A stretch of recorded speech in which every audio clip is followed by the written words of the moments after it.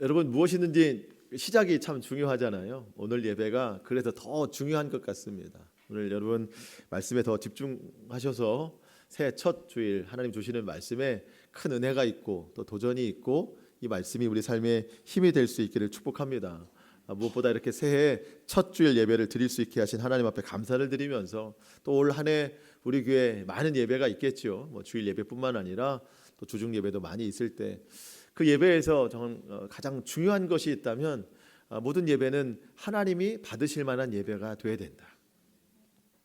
어떤 사람의 만족으로 끝나는 것이 아니라 하나님이 받으실 만한 예배, 또한 하나님의 임재가 충만하신 예배. 우리가 사람이 모여 있지만 하나님이 없이 우리끼리만 예배 드릴 수 없잖아요. 하나님의 임재가 충만한 예배, 그런 예배를 통해서 우리에게 말씀의 은혜가 있고 또 믿음의 결단이 있고 또 성령의 역사가 강력하게 일어나는 모든 예배가 될 수 있기를 축복합니다.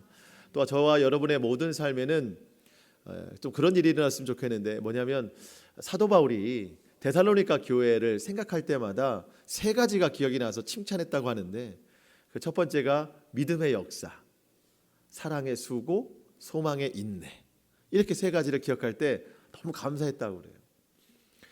우리의 삶에도 마찬가지 같아요. 우리의 가정에도 믿음에는 역사가 일어납니다. 우리가 믿으면 하나님의 놀라운 역사가 일어나요.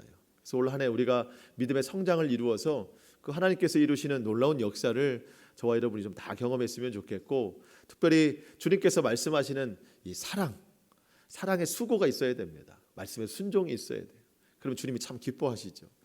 살면서 어려움과 또 힘겨움이 있을 때마다 우리가 견뎌낼 수 있는 것은 소망입니다. 주님이 다시 오시고 또 주님이 나와 함께 하시는 그것에 대한 소망으로 인내해서 우리 가운데 찾아오는 모든 어려움을 잘 이겨낼 수 있기를 주님의 이름으로 축원합니다. 여러분, 새해가 됐다고 하는 것은 우리나라 말로 우리는 나이도 먹었다고 이야기하죠. 한 살 더 먹었다, 이렇게 이야기하는데, 새해가 된 것은 나이만 한 살 더 먹은 것이 아니라 믿음의 연수도 한 살 더 먹은 거예요. 그런 만큼 믿음의 진보, 믿음의 성숙이 반드시 이루어져야 됩니다. 그러려면 하나님의 말씀이 우리의 심령 가운데 늘 함께 해야 돼요. 하나님의 말씀이 없으면 우리는 주님 뜻대로 살 수가 없어요. 믿음의 성장을 이룰 수가 없습니다. 하나님의 말씀이 늘 우리의 심령 가운데 있어야 되고, 이 말씀이 나의 삶에 잘 심겨지고 힘이 되려면, 열매를 맺으려면 늘 기도가 뒷받침되어야 됩니다. 기도가. 그래서 디모데전서 4장 2절에 보면 하나님의 말씀과 기도로 거룩하여짐이라. 그러니까 하나님의 말씀과 기도만이 나의 삶을 온전하게 만들어 주는 거예요. 우리가 그런 믿음의 성장을 이루려면 끊을 거 끊어야 되고 할 거 해야 되고, 이게 참 중요합니다. 내 삶의 악한 것들은 다 끊어버려야 됩니다. 그러면서 주님 말씀에 순종하면서 나아가야 됩니다. 이런 것들이 능동적으로 이루어지지 않으면, 여러분, 새해가 돼서 믿음의 연수가 한 해 더 늘어났다고 해서 자동적으로 뭔가가 이루어지는 게 아니에요. 내가 능동적으로 적극적으로 나의 더럽고 추악한 것들, 죄악들 다 끊어버려야 됩니다. 그러면서 하나님의 말씀에만 더 집중해야 됩니다. 오늘 성경에 하나님께서 아브라함에게 너는 너의 고향과 친척과 아버지 집을 떠나서 내가 내게 보여줄 땅으로 가라, 이렇게 말씀하심도 지금 아브라함이 거하고 있는 그 상황이 너무 악하기 때문에 그 악한 모든 것을 떠나야 너의 삶에 선한 것이 이루어질 수 있다. 그러니 이 악한 것들을 포기하고 떠나는 결단이 있고, 하나님 주시는 말씀에 순종해서 그 믿음의 여정을 가라, 하나님께서 이렇게 말씀하시는 것입니다.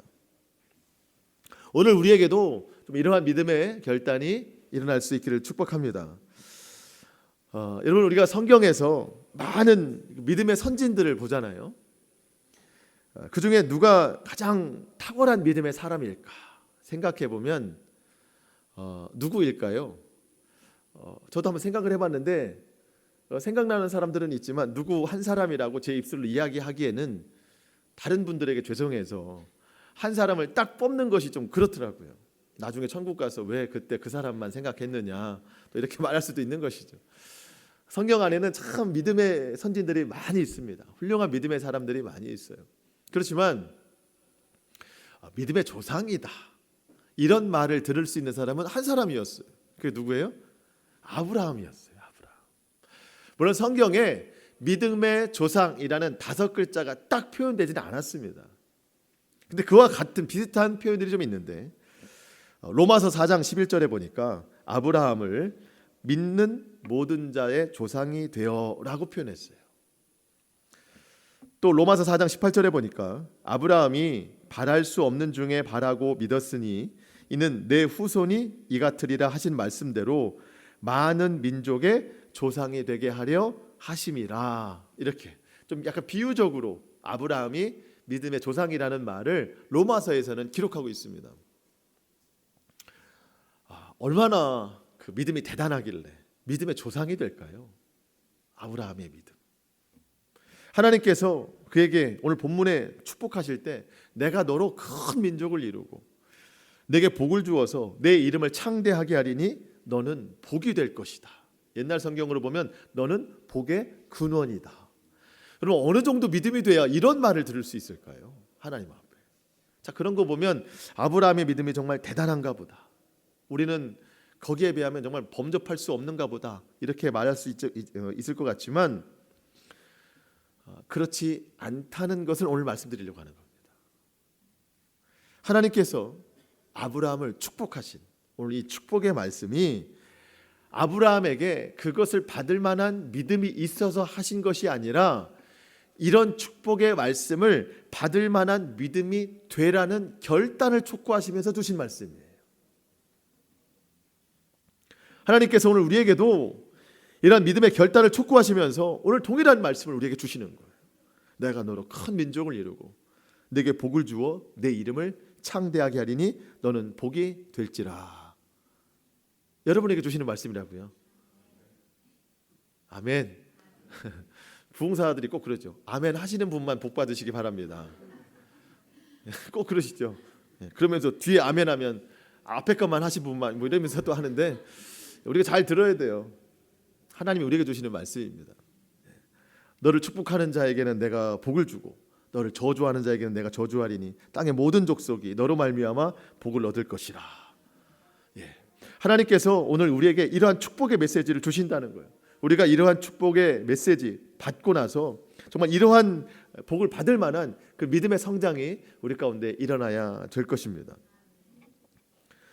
우리가 생각할 때 아브라함은 어려서부터 정말 하나님을 잘 믿고, 만약 그가 교회학교를 다녔다면 수석으로 졸업했을 것 같고, 요즘처럼 어린이들 성경 달란트 대회 같은 거 하면 전국에서 1등 했을 것 같은, 그러니까 그 정도 믿음이 되고, 그러니까 하나님이 이 정도 축복을 해주시지라는 생각이 아마 들을 것 같아요. 그러면서 그가 믿음 생활을 잘하던, 어려서부터 잘하던 어느 날에 결혼을 했고 믿음의 가정을 꾸리고 정말 세계에서 제일 아름다운 믿음의 가정을 살다가 어느 날 하나님이 부르셔서 이와 같은 메시지를 주신 것 아닌가라고 생각이 들 수 있지만, 아브라함은요 어려서부터 이방 우상에 대한 교육을 받고 자란 그런 사람이에요.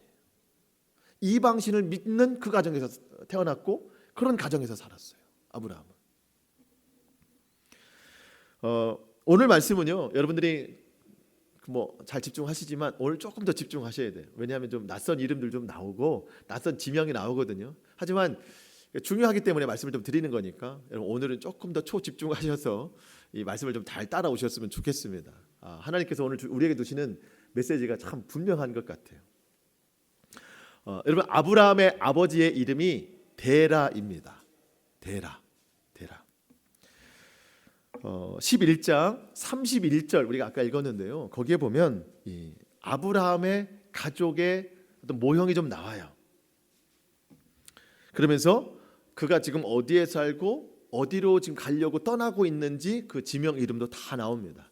11장 31절을 좀 잘 알아야 되는데, 지금 이 데라라고 하는 가족이 이사를 가려고 하는데 몇 명이 가려고 하는지를 여러분 잘 한번 생각해 보세요. 몇 명이 지금 등장하는가.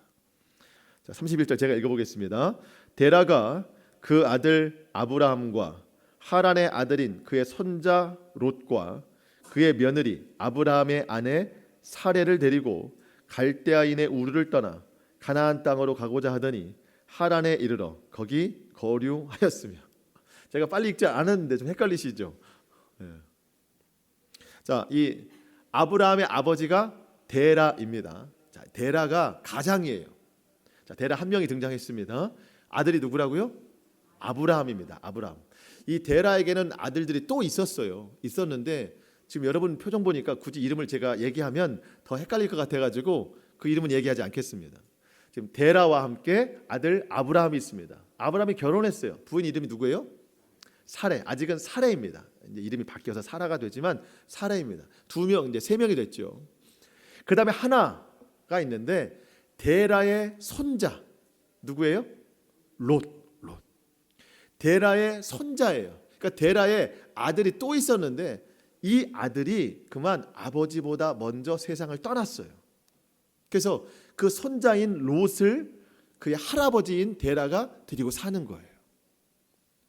4명이죠. 4명입니다. 이 4명이 지금 살고 있는 땅이 갈대아 우르입니다. 갈대아 우르. 여기에서 살다가 이사를 가요. 어디로 가냐면 하나님이 가라고 명하신 땅이 가나안입니다. 가나안으로 짐 싸들고 가는데 가나안까지 가지 않고 중간에 하란이라는 땅에 머물러요. 여기까지만 정리되시면 됩니다.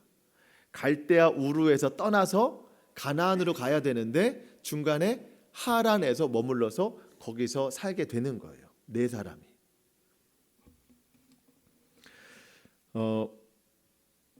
데라 가족이 살던 이 갈대아 우르, 여기가 어떤 땅인가?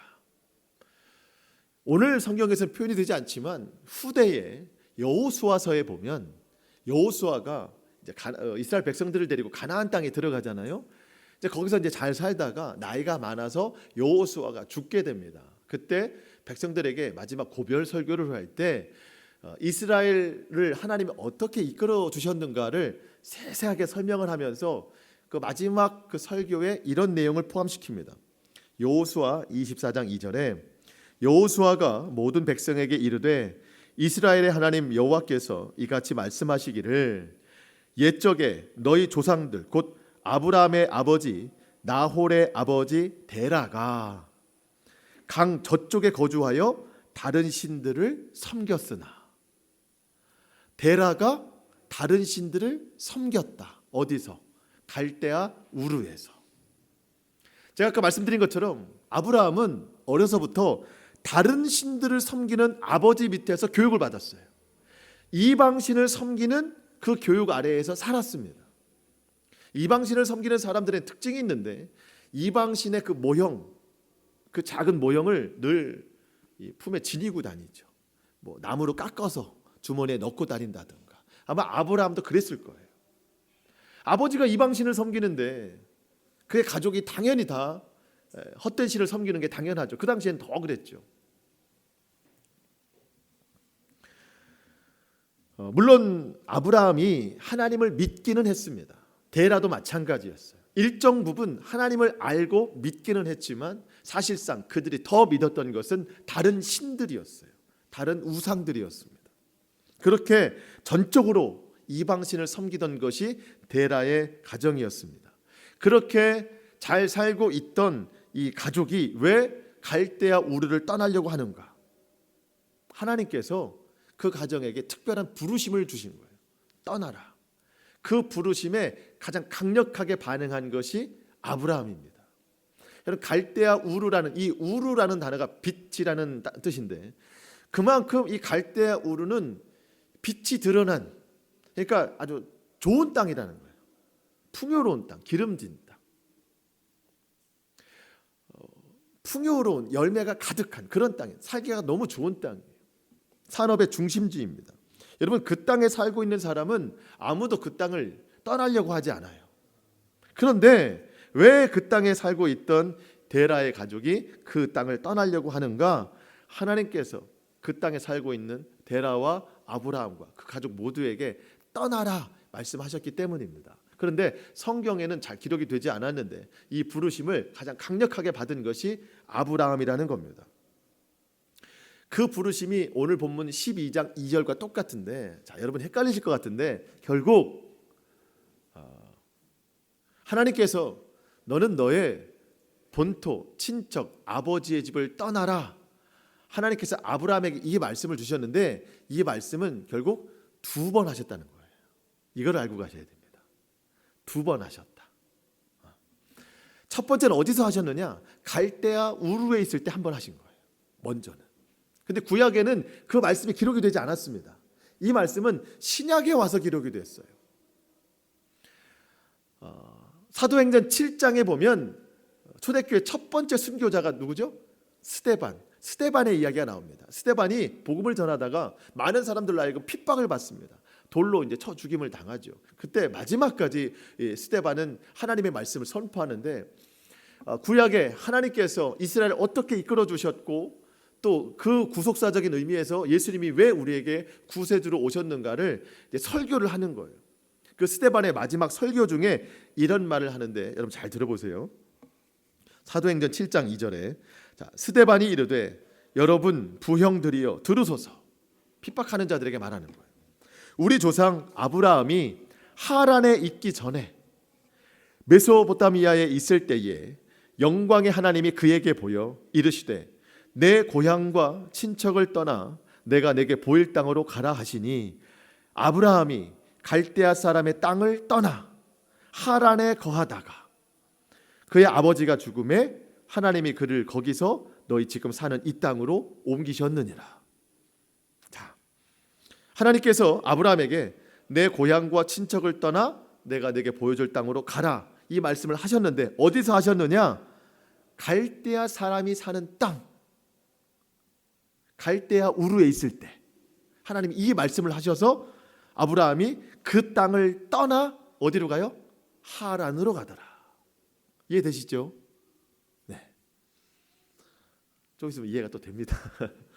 하나님이 너의 친척과 고향을 떠나라 하신 말씀이 한 번이 아니었구나. 우리가 알고 있는 그 말씀 이전에 또 한 번 하셨었구나. 갈대아 우르에 있을 때 먼저 하셨구나. 이렇게만 이해하시면 됩니다. 그때 그 가정에게 아마 하나님이 말씀을 주셨겠죠. 여러분 만약에 아브라함만 그 말을 들었으면 아버지 하나님이 떠나래요. 우리 지금 갈대아 우르에서 떠나래요. 우리가 지금 다른 신을 섬기고 있는 걸 보고 하나님이 떠나라고 말씀하셨어요. 그러면 이 아버지 데라가 뭐라고 했겠어요? 쓸데없는 소리 말라고 그러겠죠. 야, 우리가 이 땅에서 지금 얼마나 풍요롭게 살고 있는데 너 혼자 이상한 소리를 듣고 그래. 아버지 말을 들어. 그랬겠죠. 하지만 하나님께서 아마 그 가정 안에 동일하게 이 말씀을 하셨을 거예요. 데라가 마음 먹지 않으면 떠날 수가 없는 거예요. 데라도 마음 먹었지만 이 말씀을 가장 강력하게 들은 것이 누구라고요? 아브라함이라는 거예요. 아브라함. 하나님께서 다른 신을 섬기던 악한 영이 거주하던 그 갈대아 우르에 살고 있던 아브라함을 불러내셨는데, 자 여러분 그에게 믿음이 있어서 불러내셨습니까? 아니라는 거예요. 그는 어려서부터 우상을 숭배하던 삶이에요. 몸에 우상을 가지고 다니는 사람이란 거죠. 믿음이 있어서 불러내신 게 아니에요. 그냥 우상에 쩌들어 살던 그런 아브라함에게 하나님께서 그를 선택하셔서 그에게 사랑을 베푸셔서 그냥 전적인 은혜로 그를 그냥 끄집어내신 거예요. 첫 번째 부르심은 전적인 은혜라는 거예요. 전적인 은혜. 여러분, 저와 여러분이 영적으로 갈대아 우르에 살고 있었던 사람들입니다. 죄로 죽을 수밖에 없었던, 아니 죽었던 우리를 하나님께서 예수 그리스도의 십자가를 만나게 하시고 예수님 그 십자가를 지심으로 우리를 살려주셨는데 우리의 공로로 된 것이 있습니까? 우리가 믿음으로 된 것입니까? 전적인 하나님의 은혜예요. 전적인 하나님의 은혜. 하나님께서 우리를 그 땅에서 불러내 주셨어요. 이것이 첫 번째 부르심이라는 겁니다. 전적인 은혜. 아브라함이 갈대아 우르에 살고 있을 때 하나님의 전적인 은혜로 그를 불러주신 거예요. 그곳을 떠나게 하신 겁니다. 사실 떠나기 힘든 곳이에요. 하지만 딱 잘라놓고 그 땅을 떠나게 하셨습니다. 오늘도 주님이 우리를 전적인 은혜로 부르셔서 이곳 가운데 살게 하시는 거예요. 여러분, 자, 은혜를 입은 자들은 어떻게 살아야 돼요? 그 은혜에 보답하면서 살아가야 됩니다. 여러분, 누가 사람이 나에게 큰 도움을 줬을 때 우리는 그렇게 말하잖아요. 이 은혜를 어떻게 갚지요? 라고 말하잖아요. 여러분, 주님이 우리에게 주신 은혜는요, 말로 다 표현할 수 없는 엄청난 은혜예요. 그럼 우리는 그 주님의 은혜에 보답하고 살아가는 것이 맞습니다. 사도 바울이 고린도 교회에게 고린도전서 10장 31절에 너희는 먹든지 마시든지 무엇을 하든지 다 하나님의 영광을 위해서 하라. 이게 은혜 받은 자의 삶입니다. 그런데 가만히 보면 우리 은혜는 정말 충만히 받았는데 여전히 나는 하나님의 영광이 아니라 내 영광을 위해서 살 때가 많아요. 하나님의 기뻐하심이 아니라 여전히 나의 세상적 즐거움을 위해서 살아갈 때가 많이 있어요. 근데 참 다행이기도 하고 감사하기도 한 것은 나만 그런 게 아니라 아브라함도 그랬다는 것이죠. 아브라함도. 여러분, 하나님께서 아브라함을 갈대아 우르에서 불러내셨습니다. 너는 그곳을 떠나라. 고향과 친척과 아버지 집을 떠나라. 분명 하나님께서 아브라함에게 주신 메시지이지만 창세기 11장까지는 아브라함이 주인공이 아니에요. 아브라함은 12장부터 주인공이에요. 12장부터 본격적인 아브라함의 이야기입니다. 그래서 11장 마지막에는 아브라함의 이야기가 숨겨져 있는데 거기까지는 아브라함의 아버지인 데라의 이야기인데 결국 데라는 어떻게 되는가? 32절에 보니까 그가 하란에서 죽었더라. 갈대아 우르에서 떠나서 하란에 머물러 살았습니다. 가나안까지 못 갔어요. 이 하란에서 아버지가 죽었더라. 데라가 죽었어요. 하란이 어디라고요? 갈대아 우르는 떠났지만 목적지인 가나안은 아닌 중간 지점입니다. 하나님께서 가라고 하신 곳은 가나안입니다. 그런데 데라의 가족은 가나안까지 가지 않았어요. 이 하란 땅에서 머물러 삽니다. 그리고 그들이 떠나온 이 갈대아 우르에서 이 중간 지점 하란까지가 역사적 자료를 보니까 970km 정도 된대요. 970km. 그러니까 제 생각으로는 서울 부산 왕복하는 거리 정도. 여러분 굉장히 먼 거리입니다. 그렇죠? 걸어서 가야 되는 것이요. 물론 짐들이 있어서 짐승들에 태워서 타고 가기도 하지만 얼마나 먼 거리입니까? 멀리 왔죠. 하지만 하란은 목적지가 아닙니다.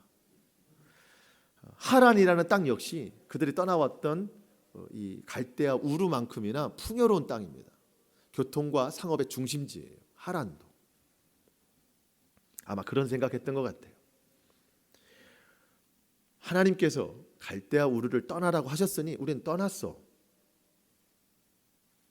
상당히 멀리 왔지. 물론 아직도 가야 할 길이 한참 남았지만 지금까지 얼마나 고생하면서 와서 970km를 걸어왔는데 또 눈에 펼쳐지는 이 하란이라는 도시도 예전에 살던 갈대아 우르만큼 아주 좋은 땅처럼 보여요. 그래서 이곳에 살게 되는 것이죠. 이곳이 제2의 고향이 되는 거예요. 자, 여러분, 데라의 가족이 갈대아 우르를 떠나서 지금 하란에 와 있는 이 사는 모습을 보시고 하나님이 뭐라고 하실까요? 순종일까요? 불순종일까요? 반순종일까요? 뭐 같아요? 반순종이 있나요?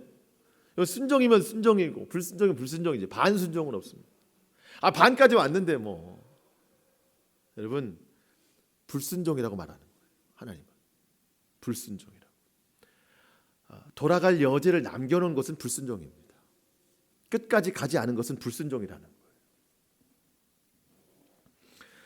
순종의 모습처럼 떠나와서 지금도 순종의 모습처럼은 살고 있어요. 마치 갈 것처럼 다시 목적지까지 갈 것처럼. 하지만 여기 눌러 앉았어요. 또 하나의 고향이 되어버렸습니다. 순종의 모습을 살지만 삶의 실제는 불순종일 때 하나님 그 모든 것을 다 아세요. 데라의 일가가 하란에 머물면서 지금 이 하란에 머물면서 그렇게 살아온 결과에 대해서 성경은 상징적으로 이렇게 말합니다. 데라는 하란에서 죽었다. 여러분 온전한 순종만이 우리를 살게 하신다는 거예요. 순종을 우리가 안 해서 하나님이 우리를 죽이시는 게 아닙니다. 여러분, 불순종한 삶의 결과가 죽음으로 나타나는 거예요. 하나님은 우리를 살리시기 위해서 하나님 말씀에 순종하라고 하시는 거예요. 여러분, 하나님이 우리에게 계속해서 말씀을 주시죠. 순종하라고. 순종해야 너희가 산다고. 하나님께서 하늘에서 우리를 보실 때, 우리의 모습을, 하나님의 자녀된 우리를 보실 때, 우리가 맨날 불순종하는 모습을 보시고 하나님이 기분이 좋을 리가 하나도 없어요. 얼마나 기분이 안 좋으시겠어요, 사실은. 맨날 불순종하는데. 그럼에도 불구하고 계속 순종해라 하시는 이유가 뭐예요? 순종만이 살 길이기 때문에. 하란에 머무르면 죽어요. 불순종하면 죽는다는 거예요. 아브라함에게도 마찬가지였어요. 하나님의 말씀을 분명히 듣고도 아브라함 역시 하란에서 머물러 살았어요. 더 이상 걸어가기 힘들었겠죠. 지칠 대로 지쳤겠죠. 갈대아 우르에서 떠나라고 했으니 떠났으니까 난 순종했다라고 생각했겠죠. 그렇게 하란에 눌러 앉은 아브라함에게 하나님께서 다시 한번 하시는 말씀이 오늘 1절이에요. 똑같은 말씀. 여호와께서 아브라함에게 이르시되 너는 너의 고향과 친척과 아버지 집을 떠나 내가 내게 보여줄 땅으로 가라. 하나님, 제가 고향 떠나왔잖아요. 아니야. 지금 네가 눌러 앉고 있는 거기가 또 하나의 고향이 됐어. 여러분, 아브라함이 지금 이 말씀을 듣는 곳은 갈대아 우르가 아니에요. 아까 거기는 사도행전에서 이미 말씀하셨잖아요. 지금 이 말을 듣고 있는 것은 두 번째 고향처럼 여기고 있는 하란 땅이에요. 하란 땅. 여러분, 우리도 마찬가지예요. 우리 하나님 믿죠. 예수님 믿죠. 믿음 생활하면서 예배도 드립니다. 그런데 지금 내 위치가 어딘가 가만히 생각해 보면 나도 하란이에요. 여전히 우리는 세상을 또 하나의 고향으로 여기고 살고 있다는 거예요. 그런 우리에게 하나님께서 다시 한번 영적인 여정을 떠나라고 말씀하시는 거예요. 하나님께서 아브라함에게 주셨던 말씀은 똑같아요. 아까 사도행전 7장에 나왔던 말씀이나, 그러니까 갈대아 우르에서 들었던 말씀이나 지금 하란에서 듣는 말씀이나 똑같아요. 하지만 의미는 달라졌어요. 갈대아 우르, 거기에 정말 죄악의 땅, 생명이 없는 그 땅에서는 너의 본척 친척 아비집을 떠나라 하신 것은 그냥 전적인 은혜였어요. 은혜. 아무것도 모르는 그 상황에서 그냥 하나님이 끄집어내신 거예요. 그렇게 오면서 하나님의 은혜를 체험했어요. 하나님의 부르심을 알았어요. 그 다음에 눌러 앉은 이 하란 땅에서 하나님이 다시 한번 그 길을 떠나라, 본토 친척 아비집을 떠나라 하시는 것은 더 이상 은혜가 아니라 이제는 믿음의 결단을 하라는 거예요. 은혜로 구원받았으니 이제는 정말 믿음의 결단을 하라는 거죠. 이제 하나님이 주신 목적지를 향해서 믿음의 발걸음을 향해서 나아가라는 것입니다. 그런데 이번에는 하란 땅을 떠나라 할 때 떠나라 하신 말씀만 주신 것이 아니고요, 그 믿음의 결단이 있으면 하나님이 어떤 일을 이루실 것인가에 대한 약속의 말씀까지 주셨잖아요. 그게 오늘 2절과 3절인 거예요. 아브라함이 복의 근원이 될지라 이런 믿음이 있어서 받은 게 아니죠. 또 하란에서 주저앉은 아브라함에게 둔 거예요. 다시 일어나라. 그러면 내가 2절과 3절을 주겠다. 오늘 우리에게 주시는 말씀입니다.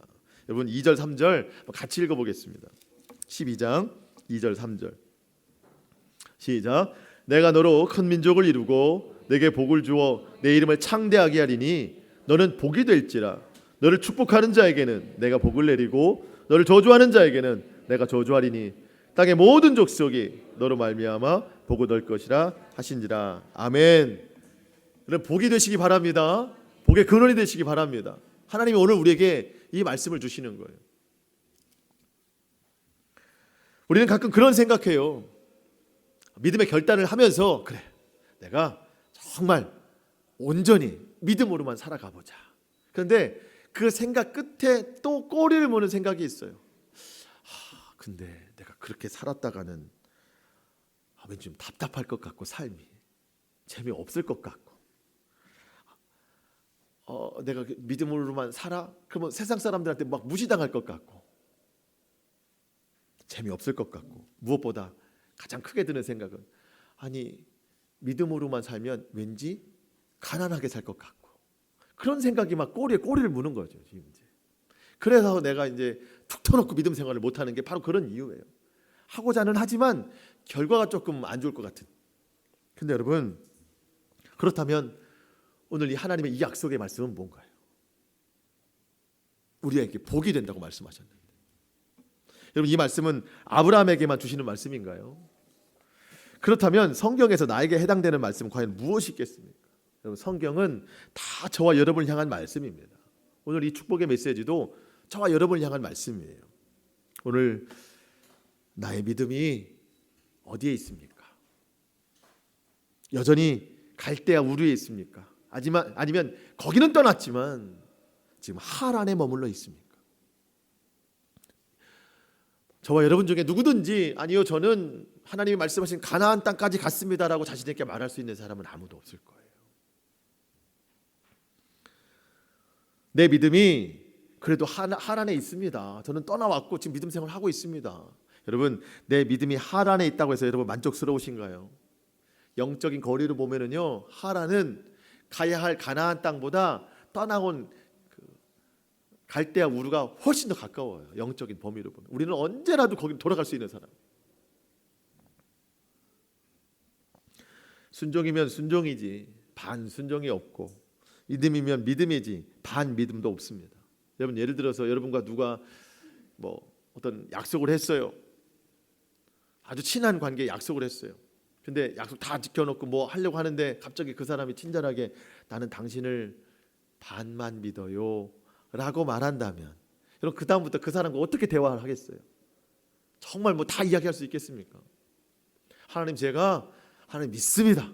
근데 반만 믿어요 라고 한다면 하나님이 이 축복 주시겠냐고요. 하나님, 제가 반만 순종하겠습니다 이러면 전적인 축복이 있어야 됩니다. 아니, 전적인 믿음이 있어야 됩니다.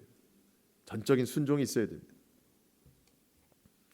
여러분, 오늘 우리의 믿음이 하란에 거하고 있다면 다시 한번 하나님의 약속의 말씀을 붙잡고 다시 한번 믿음의 결단으로 인하여서 내 영적인 거처인 하란을 떠나서 하나님 원하시는 영적인 거처, 바로 가나안 땅에 들어갈 수 있기를 축복합니다.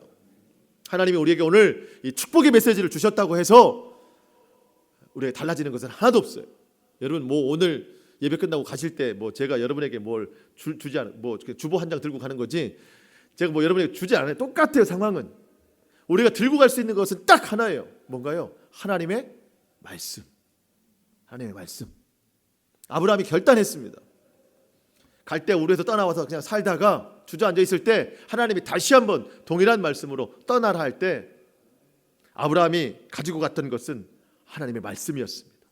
물론 그가 갈대아 우르에서 가지고 있었던 재산들도 있었지만 그거를 믿고 간 게 아니에요. 4절 말씀 보실까요?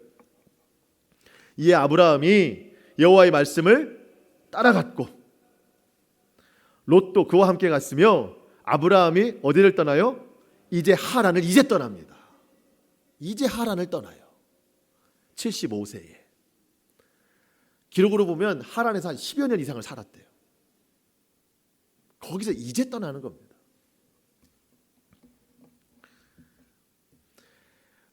붙잡고 간 것은 하나님의 말씀뿐입니다. 말씀. 여러분, 올 한 해 우리가 믿음으로 살아가기를 원하는데 우리에게 손에 주어진 것은 없어요. 하지만 하나님의 말씀이 내 심령 가운데 강력하게 임하시면 그 말씀이 모든 것을 이겨내게 하는 능력이 될 줄로 믿습니다. 우리가 믿음으로 결단해서 이 말씀에 순종함으로 하나님께서 우리에게 내려주시는 은혜와 축복으로 살아갈 수 있기를 축복합니다. 여러분, 우리가 따라갈 것은 이 세상 풍조가 아니에요. 이 세상 성공이나 이 세상 소유가 아닙니다. 여러분, 세상은요 아직도 갈대아 우르예요. 여전히 갈대아 우르 속에 사람들이 살고 있습니다. 여러분, 사람들 보세요. 여러 가지 다른 신들을 섬기면서 살아가잖아요. 돈이 우상인 사람이 있고, 성공이 우상인 사람이 있고, 아니 진짜 우상을 또 섬기는 사람이 있고, 여전히 세상은 갈대아 우르입니다. 이 세상을 본받으면 안 돼요. 하나님이 이 갈대아 우르에서 우리를 끌어내셨잖아요. 사도 바울이 로마서 12장 2절에서 너희는 이 세대를 본받지 말고, 여전히 갈대아 우르인 이 세상을 본받지 말고 하나님께서 새롭게 하심으로 분별함을 받아서 하나님이 기뻐하시고 온전하시고 선하신 뜻이 무엇인지를 분별해서 행하라. 아브라함이 그것을 깨달았어요. 이제 정말 알았다. 하란 땅을 떠날 때 비로소 알았어요. 하나님이 기뻐하시는 것이 뭔가. 그게 바로 예배더라는 거예요. 예배. 그래서 아브라함이 7절과 8절 보니까 가는 곳마다 예배를 드리더라. 가는 곳마다 제단을 쌓더라. 가는 곳마다 주의 이름을 부르더라. 여러분, 제단을 쌓았습니다. 그건 가다가 그냥 무릎 꿇고 그냥 식사 기도하듯 잠깐 기도한 게 아니에요. 제단을 쌓았어요. 돌단을 쌓은 거예요. 시간을 투자한 거예요. 힘이 들어가는 거예요. 마음을 기울인 거예요. 가는 곳마다 그랬어요. 하나님이 기뻐하시는 예배가 그거인 거예요.